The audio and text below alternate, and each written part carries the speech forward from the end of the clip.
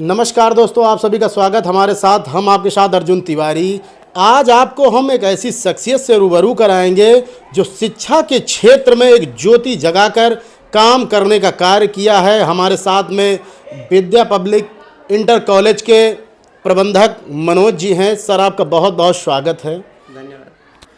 हमारा सवाल पहले तो आपसे ये है कि आपके दिमाग में ये बात कहाँ से आई कि हम पढ़ लिख कर शिक्षा का मंदिर खोलें? क्योंकि किसी के घर में अगर बच्चे हैं, किसी के आंगन में बच्चे होंगे तो कितने होंगे? 2 से 4।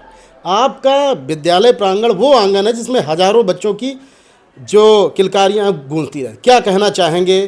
क्या देखिए, इसके प्रति सर्वप्रथम मेरा अपने गुरुजनों, जिस समय मैं अपने विद्यार्थी जीवन में था उस समय मेरा अपने गुरुओं से बहुत ही लगाव था और मैं उन्हीं के जीवन से प्रेरित होकर मैंने सोचा था कि मैं समाज को एक नई दिशा देने के लिए, एक आदर्श समाज बनाने के लिए एक विद्यालय के माध्यम से ही मैं आने वाली नई पीढ़ी को बेहतर भविष्य का निर्माण के लिए मैं कर सकता हूँ।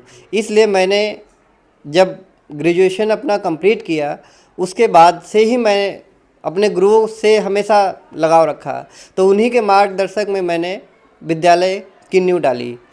सर्वप्रथम मैंने 2011 में विद्यालय की स्थापना की और 2011 से आज तक शिक्षा के प्रति निरंतर नया कुछ ना कुछ मैं सदैव विद्यार्थियों के प्रति करते चला आ रहा हूँ।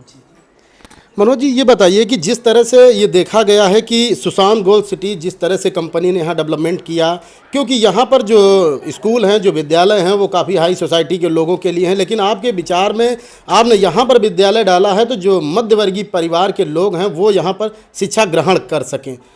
क्या कहेंगे? इसके लिए मैं सर्वप्रथम अपने पिताजी को अपना आदर्श मानता हूँ।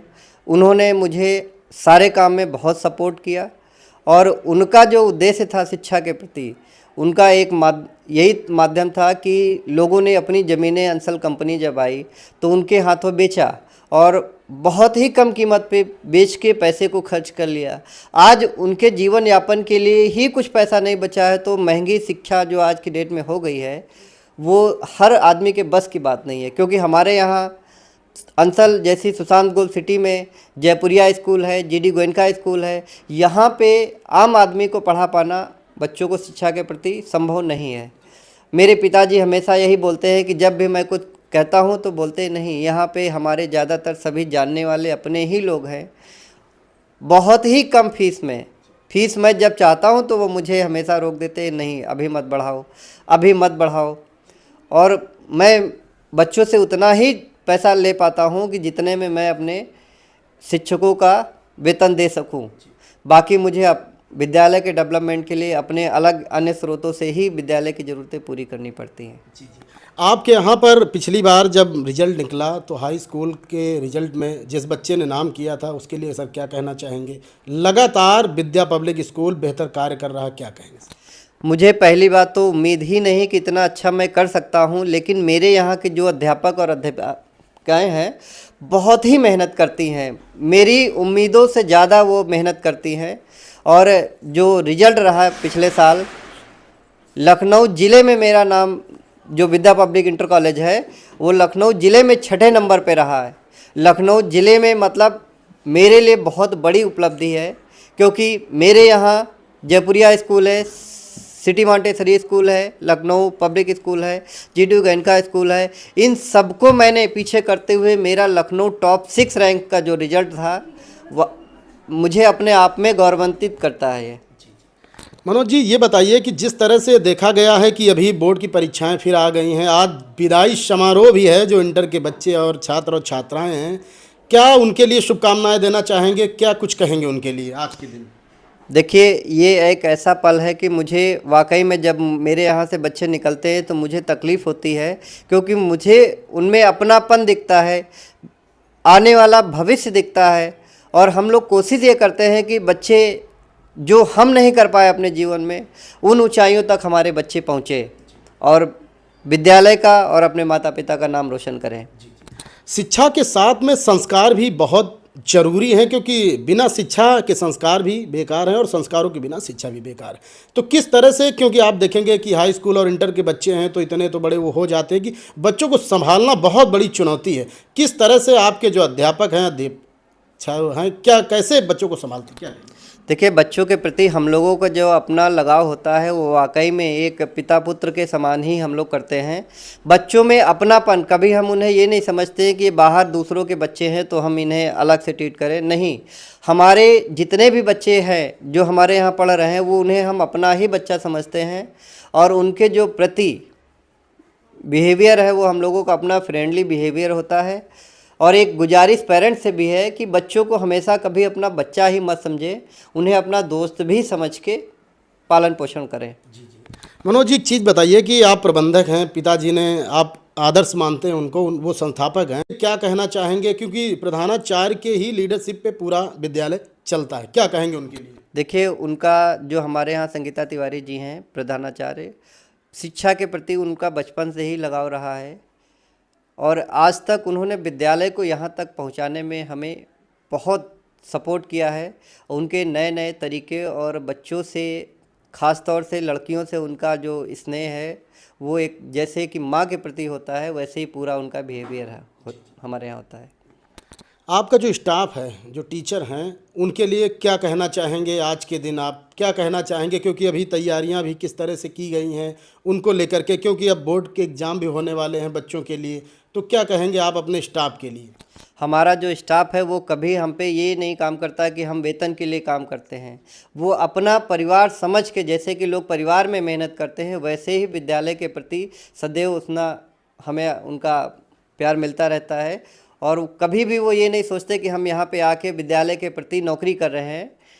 अब आत्मसमर्पण विद्या के प्रति जितना भी उनके अंदर होता है, नए नए तरीके, नए नए आयाम, नए नए माध्यम से शिक्षा के प्रति, जैसे हम लोगों के यहाँ स्मार्ट क्लास भी चलती है, कंप्यूटर की फ्री क्लासेस भी चलती हैं, नए नए तरीके हमेशा कुछ ना कुछ वो लोग लागू करके शिक्षा को बच्चों के प्रति बहुत ही अच्छा बिहेवियर करते हैं।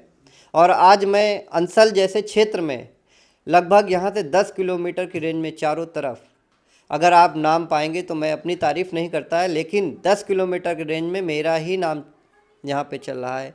आज करीब 1200 बच्चे मेरे पास हैं, और 1200 बच्चे होना मेरी अंसल जैसी सिटी में बहुत बड़ी बात है। मनोज जी, देखिए कि जिस तरह से ट्रांसपोर्ट की व्यवस्था है, क्योंकि इस पे भी आप देखेंगे तो अदर कहीं विद्यालय हों, स्कूल हों, तो बच्चों की जान के साथ जो खिलवाड़ होता है, उनकी फिटनेस नहीं होती है, टायर सही नहीं होते हैं, ये बहुत बड़ी चुनौती है। इसको किस तरह से आप देखते हैं, किस तरह से इसको हैंडल करते हैं? देखिए, ये एक सबसे बड़ी समस्या है, ख़ास तौर से ग्रामीण और शहरी क्षेत्रों में दोनों ही जगह। लेकिन ट्रांसपोर्ट के प्रति विद्यालय और अभिभावक दोनों को ही देखना चाहिए। मैंने अक्सर रोडों पे देखा है कि बिल्कुल कबाड़ गाड़ियां लोग चलाते हैं, बच्चों को ढोते हैं। कभी ई रिक्शा से जा रहे हैं, ई रिक्शा में तो कोई सेफ्टी नहीं है, टेम्पो से भी बच्चे लोग ले जाते हैं। मेरी अपनी जहाँ तक मानना है, गाड़ियाँ कभी भी व्यापार के पर्पज़ में नहीं चलाना चाहिए। बच्चों से अगर ट्रांसपोर्ट का पैसा लिया जाता है तो गाड़ियाँ भी रख रखाव बहुत ही ज़रूरी है। आप कोई एक ऐसी चीज़, एक ऐसी बात बच्चों के लिए, कैसा एक गुरुमंत्र दीजिए, क्योंकि आप शिक्षक भी हैं, तो एक कोई ऐसा संदेश बच्चों के लिए दीजिए, क्योंकि 24 तारीख को उनके एग्ज़ाम शुरू हो रहे हैं। क्या कहेंगे बच्चों के उज्जवल भविष्य के लिए? देखिए, मेरी शुभकामनाएं हमेशा बच्चों के साथ रहती हैं। बस मेरा एक ही सुझाव है कि शिक्षा के प्रति जितना हम मेहनत करेंगे, जैसे कि हम किसी काम के प्रति मेहनत करते हैं, शिक्षा एक ऐसी चीज़ है जो जीवन में हमें निरंतर प्रगति प्रदान करती है। और प्रगति तभी संभव है जब वो निरंतर चलती रहे। इसलिए बच्चों को सदैव हमेशा एक टाइम के मैनेजमेंट के हिसाब से ही पढ़ाई करनी चाहिए। मनोज जी, हमारा एक सवाल है आपसे, क्योंकि ये देखा गया है कि जैसे जब गर्मियों की छुट्टियां हो जाती हैं तो बहुत से विद्यालय हैं जो उनको लेकर के भी फीस को लेते हैं। आपके यहाँ एडमिशन की क्या व्यवस्थाएं हैं, या एडमिशन फ्री बच्चों के लिए किया जाता, क्या कहेंगे? देखिए, जिस समय मैंने विद्यालय की नींव डाली थी, सर्वप्रथम मेरे यहाँ जो पहला एडमिशन आया था वो बहुत ही गरीब परिवार से आया था, और उस समय उस एडमिशन को देखते हुए हम लोगों ने एडमिशन फ्री कर दिया था। और तब से लेके आज तक मेरे पिताजी कभी मुझे एडमिशन के नाम पे 1 रुपये लेने के लिए मना करते हैं। इसलिए उन्हीं के आदेश से मैं मेरे यहाँ एडमिशन शुल्क निःशुल्क ही रहता हमेशा, कभी एडमिशन का पैसा नहीं लिया जाता है। और सबसे बड़ी बात, नए जो अभिभावक आते हैं उनके लिए मैं सबसे बड़ी जानकारी आपके चैनल के माध्यम से देना चाहता हूँ कि जो हम लोगों के यहाँ होता है एडमिशन पहली अप्रैल से नया सेशन चालू हो जाता है, और उस सेशन के दौरान हम लोग अप्रैल और मई का जो भी फीस हो या गाड़ियों का ट्रांसपोर्ट हो, उसका कोई भी पैसा नए अभिभावक से नहीं लिया जाता है। फीस हमेशा जुलाई माह से ही ली जाती है, जुलाई टू जून 12 मंथ जैसे कि सब जगह पड़ता है। लेकिन हमारे यहाँ जो विशेष ये उपलब्धि है हमारे प्रबंधक की ओर से, अध्यक्ष की तौर से, कि उनके आदेशानुसार हम लोग अप्रैल और मई का पैसा भी नहीं लिया जाता है। तो नए एडमिशन के लिए सबसे बड़ी अच्छी बात यही है कि अप्रैल और मई का कोई भी चार्जेस बच्चों को दे नहीं होता है। ये सबसे बड़ी उपलब्धि है। हमारे साथ में विद्या पब्लिक इंटर कॉलेज के प्रबंधक मनोज जी थे और उन्होंने आप लोगों को बताया कि जिस तरह से बेहतर शिक्षा देने का कार्य अंसल सिटी के अंदर मध्यवर्गीय मीडियम परिवार के लिए वो लगातार कर रहे हैं। और फीस को लेकर के, क्योंकि आप समझ ही रहे हैं कि प्राइवेट सेक्टर है तो लोग बहुत ज़्यादा बर्डन लोगों के ऊपर है, लेकिन यहाँ पर जो संस्थापक हैं उनके द्वारा यहाँ पर बच्चों के लिए बेहतर शिक्षा, बेहतर कार्य के लिए जाना जाता है। अर्जुन तिवारी, न्यू 30 डे से नमस्कार।